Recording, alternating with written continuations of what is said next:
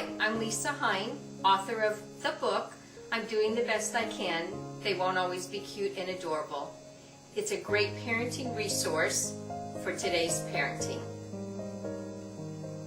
Lisa, why were you inspired to write the book? I saw there were a lot of people going through what I was going through as far as some of the hurt because we weren't able to communicate with our children as they got a little bit older. And I especially saw some of the mistakes that I made, one of them being inconsistent. I wasn't consistent at all times. And as he got older, the communication just got less and less. And I found myself journaling my thoughts and writing poetry to him so that we would have some source of communication. And before I knew it, I had a book. So I really am inspired to believe that I went through what I went through and I journaled what I journaled so that I could share the book with the audience.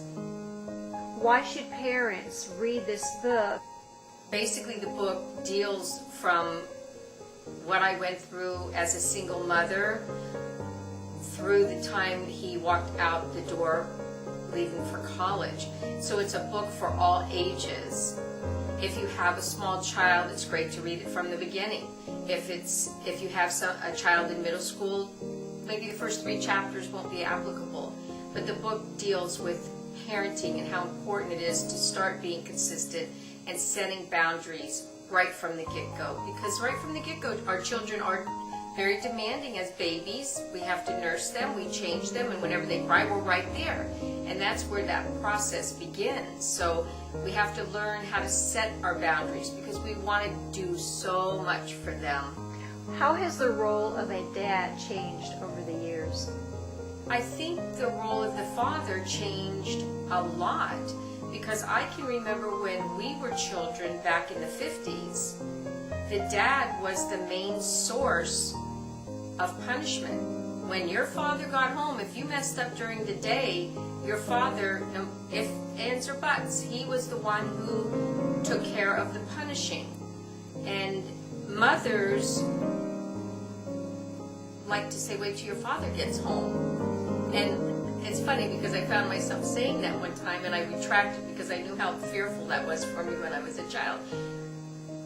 But today, I'm not quite sure fathers are doing that. I think men today are more stressed out than they've ever been, and it's very hard at them because the responsibilities of the family have changed so much since the 50s. We're living beyond our means right now, so that's putting a lot of pressure on dad. So by the time dad gets home at times, he's burnt to the crisp and he just can't deal with one more thing, which leaves the mother doing it all. So I've seen some fathers that are still very, very involved in all aspects of the parenting, and I have seen some of the fathers say, haven't you yelled at him enough? What do you want me to do? Abandoning the wife/mother. So the role has definitely changed, and I don't want to say that there aren't good fathers out there because there's amazing fathers out there. I just don't see as many of those amazing fathers as I did in the past. What are some of the most common challenges that parents face? Oh my goodness, the challenges are phenomenal today.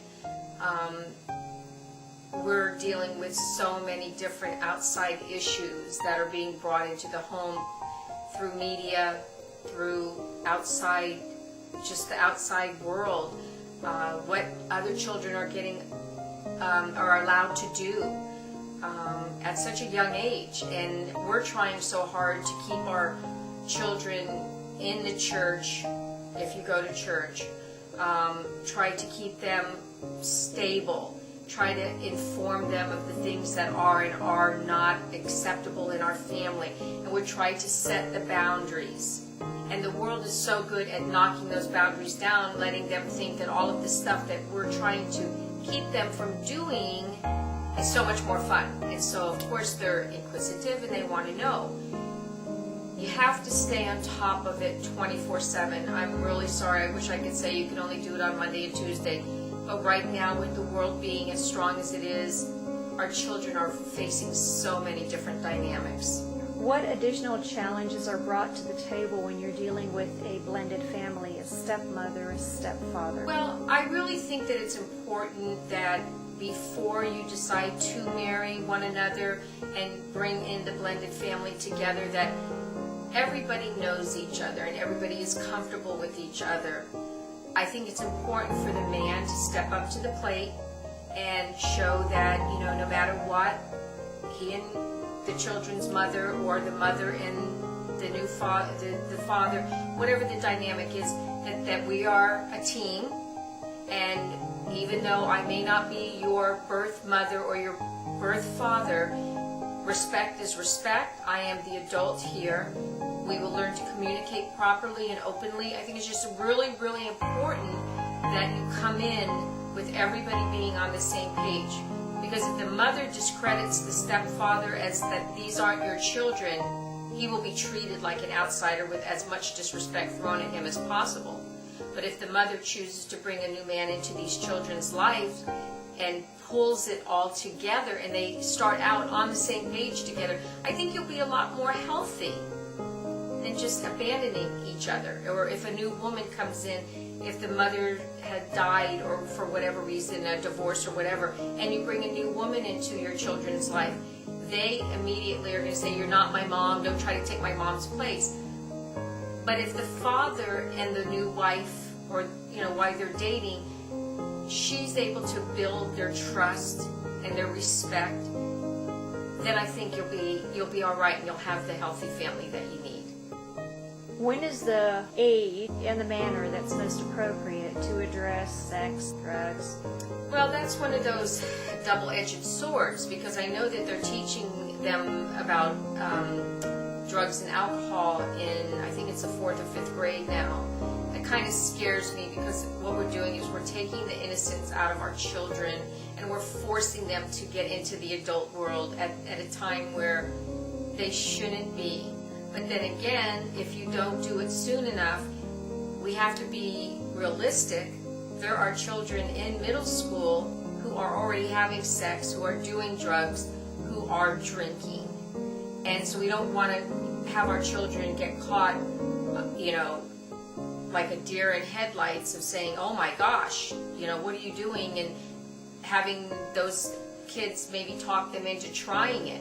So I think it's very, very important that your communication with your children be just very open and allow them to see that if you do these things, there are such consequences that may ruin your life forever, and there's things that you will never be able to change if you decide to do this. And that's one thing that I've seen a lot, where children today have gone off the deep end and they have seen, if you want to call it Satan, or if you want to call it the world, whatever it is, take everything from them, and now they're sorry for what they've done.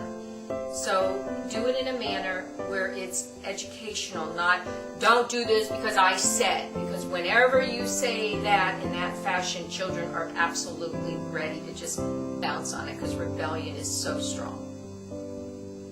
What can parents do to help maintain their sanity? We're not supposed to go insane when we have children, and that's what the hard part of it is, because most of us are, because we're trying so hard. We want to be the parents that our parents weren't. We want to provide them with things that, will make them happy, and then we end up, it's like a dog chasing its tail. When you continue to give and give and give and give and give, those gives get bigger and more expensive. And our salaries may not be able to keep up with it. So the next thing you know is, you're charging, and then the bill comes in and you're upset. So that is one thing that we need to keep under control, is just how much we have to give our children. We have to give them the whole world within the first 6 years of their life. The other thing is that we have to remember that we have a husband, or we have a wife that we need to spend quality time with as well. And we can't just devote ourselves to our children 100%. And I'm very guilty of that, because I had so much fun when he would bring all his friends in. I just had a ball being there and watching them interact with each other and serving them munchies and sodas and things of that sort. And my husband would just watch from the sidelines, and I was like, oh well. And then all of a sudden our son went to college, and I had to turn and go, oh, hello, who are you? And I had to learn all over again. So find the middle of the road. It's good to spend some time with them, but it's very important to spend some time with your husband or your wife. What would you change? Oh my goodness, there's a few things that I would love to have changed. And one of them was not being so involved in his life and losing who I was and losing, being the adult, because I enjoyed every aspect of it. He was my world, because in the beginning I was a single mom, and I worked really hard for him to give him things that I really thought he had to have, but he didn't. It was what I thought he had to have. So I went through a lot of undue stress. So had I not given and put myself in a position where I felt like I had to give and give and give and give, I think that, and being more consistent. I think consistency is so important. And no is no, and yes is yes. And bottom line, there's no if, ands, or buts. I wouldn't have explained myself so much to him and given him answers that went on forever, instead of just saying, I said no, end of discussion. But it got to being a debate. Everything was a debate. So there's a number of things that I would have changed, but definitely being consistent and understanding my role as a parent, not as a friend.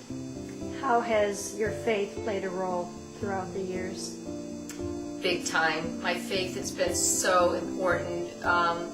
At times it was very, very hard, and I'm going to be real honest, because at the time where it was the worst ever, I really felt that God had abandoned me because maybe he was too busy or whatever, and I would pray so hard, and I would yell, and I would scream, and because I felt like I was out of control with what was going on, and I wanted to see him.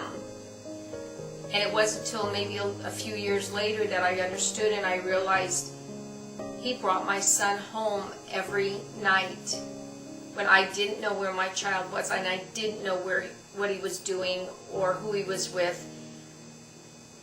He brought him home, and he never got hurt by any of the stuff that was going on. And so I know in the beginning our faith was extremely strong, and we moved, and it was hard to find a church where we felt the Holy Spirit was where we were to be.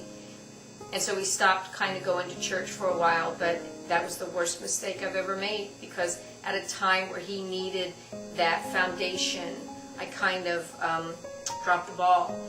So to me, it is so important not to ever doubt that God isn't there for you, and to know that no matter what you are going through, you may not see him in action, but he's there, and he was there, and he's still there, because my son is still doing well, and he's safe. What role do you feel the women's ministries could play to better help mothers?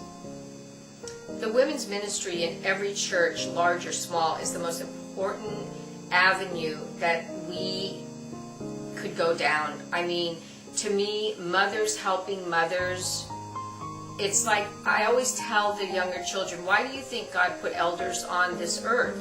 It is to help you from going through unnecessary sadness or emotional breakdowns or not understanding.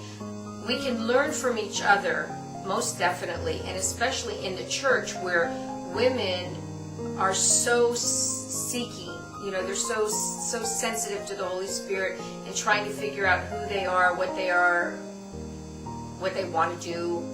And I think having strong women in the church and in the meetings to be able to share with each other and allow women to express who they are is very, very important, and to ask the questions. Hi, I'm Lisa Hein, author of the book, I'm Doing the Best I Can. They Won't Always Be Cute and Adorable. It's a great parenting resource for today's parenting.